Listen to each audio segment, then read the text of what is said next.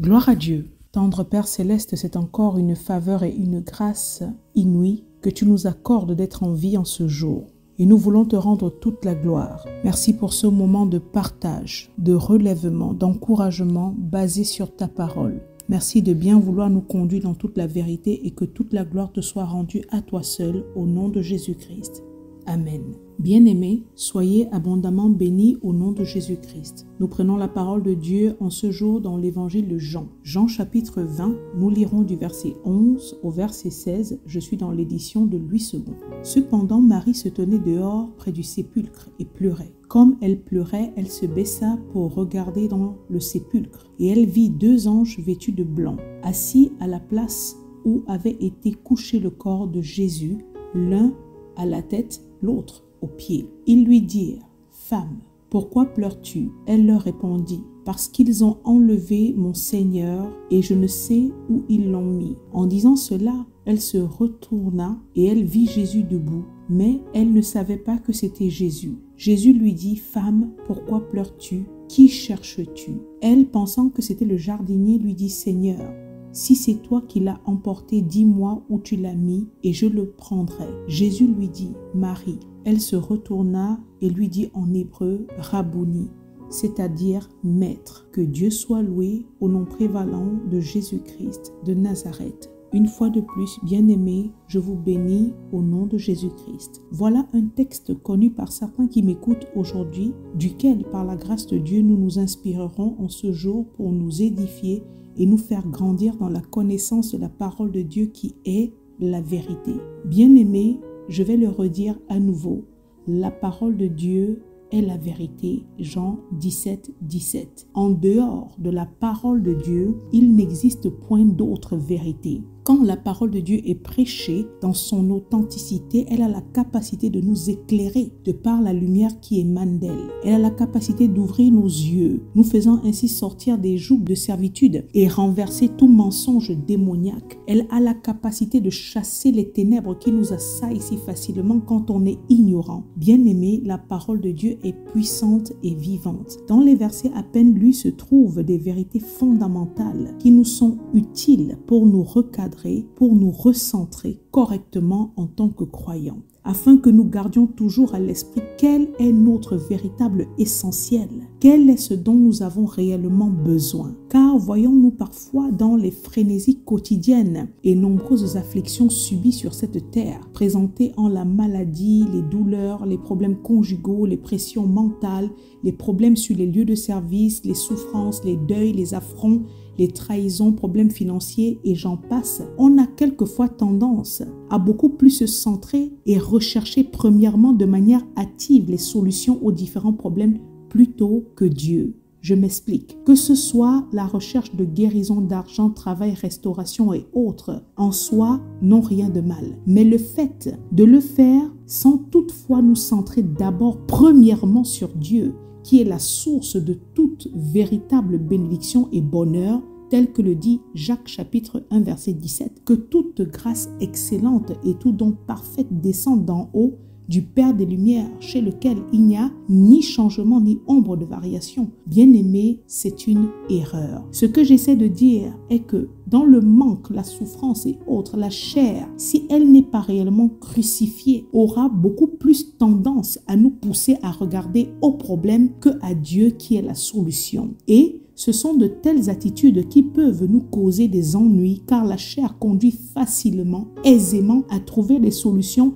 qui, elles, se trouvent hors des sentiers de Dieu. Ce qui, loin de résoudre nos problèmes, ne fera en réalité que les empirer davantage. Voilà pourquoi je demande à Dieu la grâce de le rechercher constamment premièrement, car c'est lui notre essentiel, notre nécessaire. En réalité, c'est de lui que nous avons constamment et quotidiennement besoin, tout comme de sa parole qui est la lumière, qui est la lampe qui éclaire nos sentiers, tel que le dit le psaume 119, verset 105.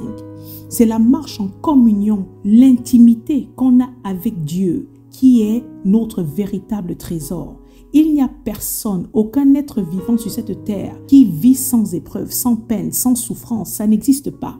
Mais affronter tous les défis, avec Dieu à ses côtés, c'est ça qui fait toute la différence. Voilà pourquoi Matthieu chapitre 6 verset 33 dit « Cherchez premièrement le royaume et la justice de Dieu, et toutes ces choses vous seront données par-dessus. » Bien-aimés, attachons-nous fermement à Dieu et à sa parole, car les jours sont mauvais, et nous avons besoin de lui plus que jamais en ces temps pour vivre, pour mener à bien tous les choix que nous avons à faire tout au long de nos vies. À toi qui me suis actuellement, dis-moi quelles sont tes priorités, bien-aimés. Parfois, dans nos requêtes, on oublie de demander à Dieu le plus important qui est d'abord sa présence.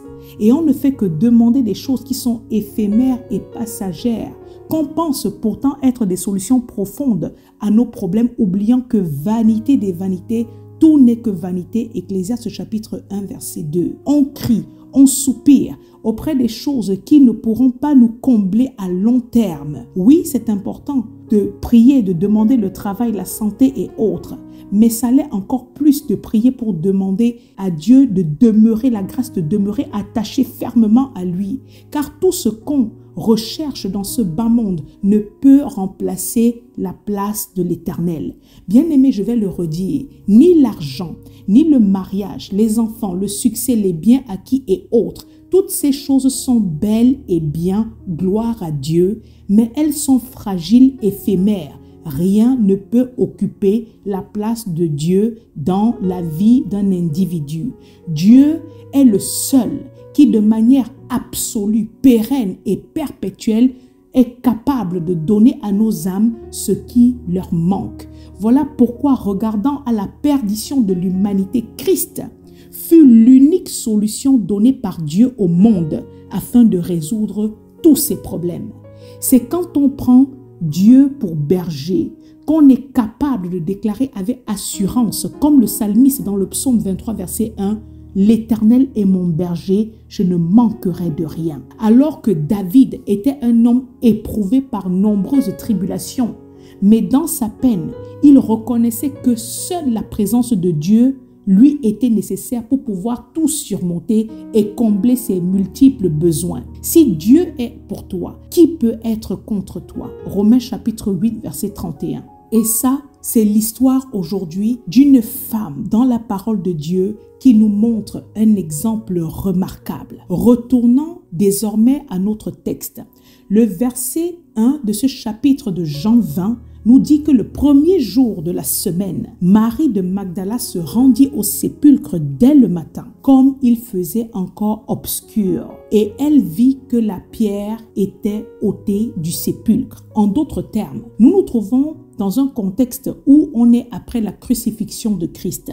Et donc le premier jour de la semaine représenté par le dimanche, une femme faisant partie des disciples de Christ, car il est bon de savoir que le Seigneur Jésus-Christ durant son ministère n'était pas qu'entouré des 12 que nous connaissons, mais parmi ceux qui le suivaient se trouvaient également certaines femmes qui le soutenaient dans le cadre du ministère, parmi lesquelles Marie de Magdala, dont la parole ne nous donne pas plus d'informations si ce n'est qu'elle était originaire de cette ville galiléenne appelée Magdala. Elle avait été jadis possédée par 7 démons et délivrée par le Seigneur Jésus-Christ. Je vous laisse la référence dans Luc chapitre 8 verset 2, qui, certes comparée aux autres disciples, elle ne joua pas forcément un rôle particulier important dans les évangiles, leur rédaction et autres, mais de par son attitude après la mort de Jésus-Christ, fortement affligée par cette perte, la perte de son Seigneur, comme elle-même le déclare dans le verset 13, relisons-le, « Femme, pourquoi pleures-tu » Elle leur répondit, « Parce qu'ils ont enlevé mon Seigneur. » Contrairement aux autres disciples, elle resta là, inconsolable, en pleurs, signe d'un attachement authentique à Christ. Et cette attitude lui valut de voir la première, le Seigneur ressuscité. Bien-aimés, nous parlons là d'une femme au passé sans doute sordide, à qui le Seigneur avait non seulement pardonné, mais également apporté la délivrance des démons qui la tourmentaient. Bien-aimés, il est bon de réaliser que ce que Dieu regarde avant tout, c'est nos cœurs, notre attachement vrai à lui et non nos passé, ce que nous on a pu vivre dans le passé. Romains chapitre 2 verset 11 nous déclare que Dieu ne fait point acception de personne. L'amour de Marie de Magdala était un amour authentique, profond et sincère. Et c'est ça qui non seulement la poussa à se rendre promptement, comme nous l'avons lu, de très bonne heure au sépulcre, tandis qu'il faisait encore sombre, mais également qui justifiait le fait que le Christ se présenta premièrement à elle avant les autres. Bien-aimé, Dieu te connaît et il regarde ton cœur.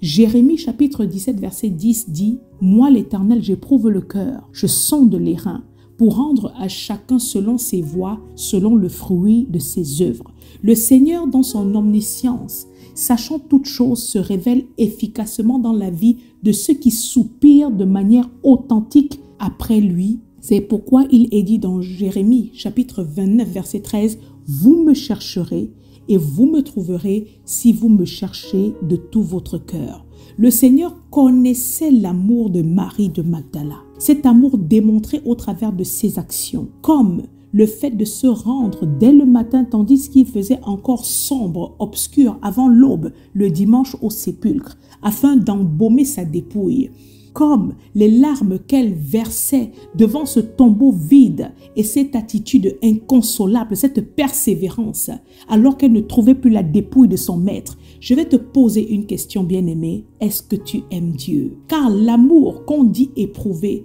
que ce soit pour le Seigneur ou autrui, ne se limite pas qu'aux paroles, aux mots qu'on sort du bout des lèvres, qu'on exprime du bout des lèvres. Mais l'amour, le vrai, se démontre, se manifeste et surtout se voit au travers des actions et comportements qu'on pose, qui doivent être cohérents avec ce qui sort de nos bouches. 1 Jean chapitre 3 verset 18 dit « Petits enfants, n'aimons pas en parole et avec la langue, mais en action et avec vérité. » Le véritable croyant, celui ou celle-là qui a vraiment connu le Seigneur, doit être rempli de son amour et de bienveillance envers le prochain et le démontrer au travers des actes tangibles et concrets. Qui dit aimer Dieu observera et appliquera ses commandements tels que le dit Jean 14, verset 15. De même, qui dit aimer le prochain fera preuve de loyauté, bienveillance, d'amour envers lui. Ce sont des détails très importants sur lesquels nous avons encore parfois besoin de revenir, car nous vivons les derniers temps comme Paul l'écrit à son fils spirituel Timothée en 2 Timothée chapitre 3, où ce concept de l'amour selon Dieu est rare, même dans la maisonnée de frères en Christ. Aujourd'hui, parmi nous, règne beaucoup trop de faux semblants et d'hypocrisie. Des « je t'aime, Seigneur », mais que du bout des lèvres, alors que le cœur en est éloigné, tel que le dit le Matthieu 15, verset 8. Des « je t'aime, mon frère », des « je t'aime, ma sœur », alors que ce n'est que fausseté et hypocrisie. Bien-aimé, quand on aime Dieu, cela se voit. On n'a pas besoin de le publier. Cela se voit. De même que le contraire, quand on ne l'aime pas, également cela se discerne aux yeux des plus éveillés spirituellement. Bien-aimés, retournons à observer les commandements de Dieu et à vivre des vies d'obéissance à sa parole, renonçant à toute espèce de duplicité, faux semblant et hypocrisie, car Dieu a cela en horreur. L'Éternel désapprouve de telles attitudes. Et ce sont de tels comportements qui nous alourdissent tant spirituellement que physiquement et nous mettent hors communion avec Dieu, donnant ainsi l'avantage au diable. Que Dieu nous fasse grâce. L'histoire et l'attitude de Marie de Magdala, cette femme jadis possédée, c'est-à-dire en proie aux démons, qui assiégeait sa vie et la maintenait dans un état de captivité, nous montre qu'il est tout à fait possible, une fois ayant connu Christ, de vivre sainement à la suite du Maître, s'attachant fermement à Dieu et à sa parole. Marie de Magdala savait très bien quel genre de vie elle avait mené avant sa rencontre avec Christ. Elle savait de quelle prison le Christ l'avait tirée, car qui est sous l'influence des esprits diaboliques n'est pas libre, bien-aimé, mais il est esclave des démons qui le possèdent. La vraie liberté ne se trouve qu'en Christ seul. Jean chapitre 8, verset 36. Si donc le Fils vous affranchit, vous serez réellement libre. Avant d'avoir connu le Seigneur, Marie de Magdala n'avait pas de vraie vie, car Christ est la vie. Qui ne connaît pas Christ, bien qu'étant vivant, respirant et vacant tous les jours à différentes activités quotidiennes, en réalité est mort. Car je le redis, Christ est la vie.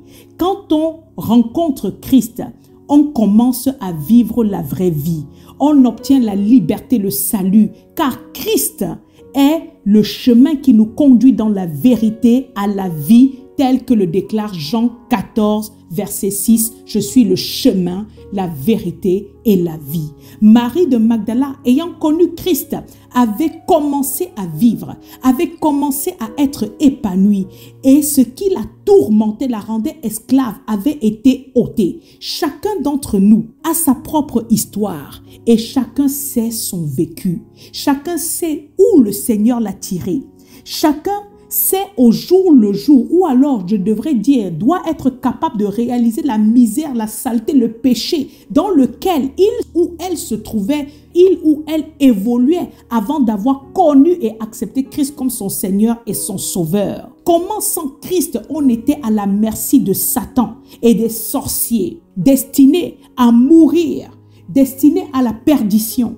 Bien-aimé, pour qui a réellement aimé Dieu et expérimenté son pardon, expérimenté la non-condamnation, la délivrance, la paix du cœur et autres, difficilement peut y renoncer. Avant Christ, Marie de Magdala était une femme en détresse et tourmentée par les démons, comme c'est aussi le cas de plusieurs qui m'écoutent en ce moment, qui n'agissent pas et ne parlent pas d'eux-mêmes, car ils ne sont pas libres, mais sous l'emprise des différents démons qui les contrôlent. À la rencontre avec Christ, Marie de Madeleine connut la libération, la restauration et autres, à tel point qu'elle le suivait partout où il allait en guise de dévouement et de reconnaissance pour tout. Bien-aimés, soyons reconnaissants, reconnaissantes.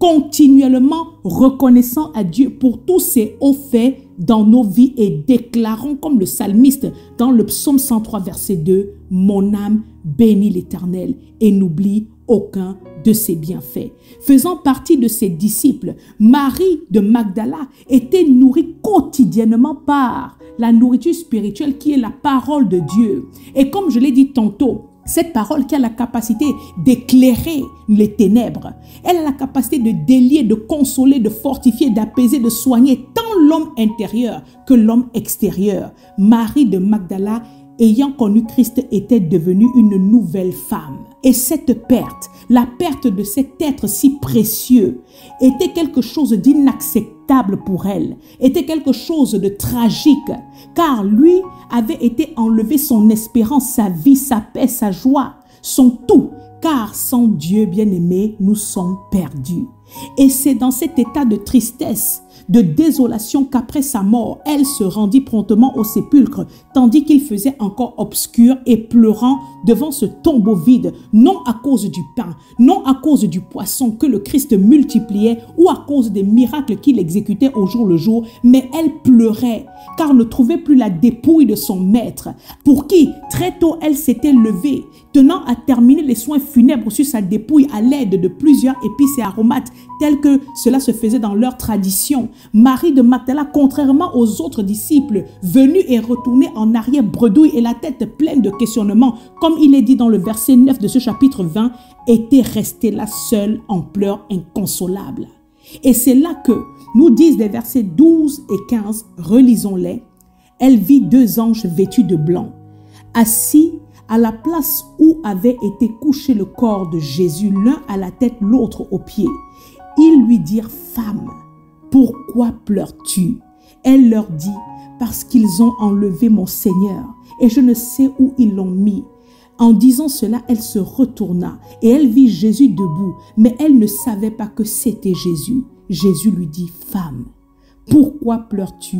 Qui cherches-tu » Elle, pensant que c'était le jardinier, lui dit, « Seigneur, si c'est toi qui l'as emporté, dis-moi où tu l'as mis et je le prendrai. » Que toute la gloire soit rendue à Dieu au nom prévalant de Jésus-Christ. À Marie de Magdala, en larmes, devant le tombeau vide, vont être posées une série de questions précises, dont la première fois par les deux anges, « Femme, pourquoi pleures-tu » et la deuxième fois par Jésus-Christ lui-même, « Femme, pourquoi pleures-tu » Qui cherches-tu? Bien-aimé, il s'agit comme ça de deux questions importantes et interpellantes également pour nous. Des questions auxquelles chacun de nous, en tant qu'enfants de Dieu, devrions être capables de répondre tous les jours. Que recherchons-nous réellement en tant qu'enfants de Dieu? De l'argent, du pain, du poisson, le mariage, les promotions, les enfants, les maisons, le travail, les voitures et autres? Ou alors on recherche d'abord le Seigneur. Bien-aimé, Dieu dans son amour désire être recherché de tout notre cœur pour qui il est premièrement et non pour les bénédictions qu'il peut nous apporter. Il désire se révéler à nous en tant que Père pour que nous soyons ses enfants. Marie de Magdala demeura seule et comme le dit le verset 10, tandis qu'elle se baissa pour regarder à l'intérieur du sépulcre, elle vit deux anges vêtus de blanc assis à la place où avait été couché le corps de Jésus, l'un à la tête et l'autre aux pieds. Marie de Magdala resta là et sa persévérance, même face à un tombeau vide, refusant de suivre les autres qui étaient repartis bredouilles, elle resta là déterminée à comprendre où était passée la dépouille de son maître. Ce geste, cette attitude persévérante lui valut de voir les anges et de voir en première position le Seigneur, recevant ainsi le privilège d'aller l'annoncer aux autres.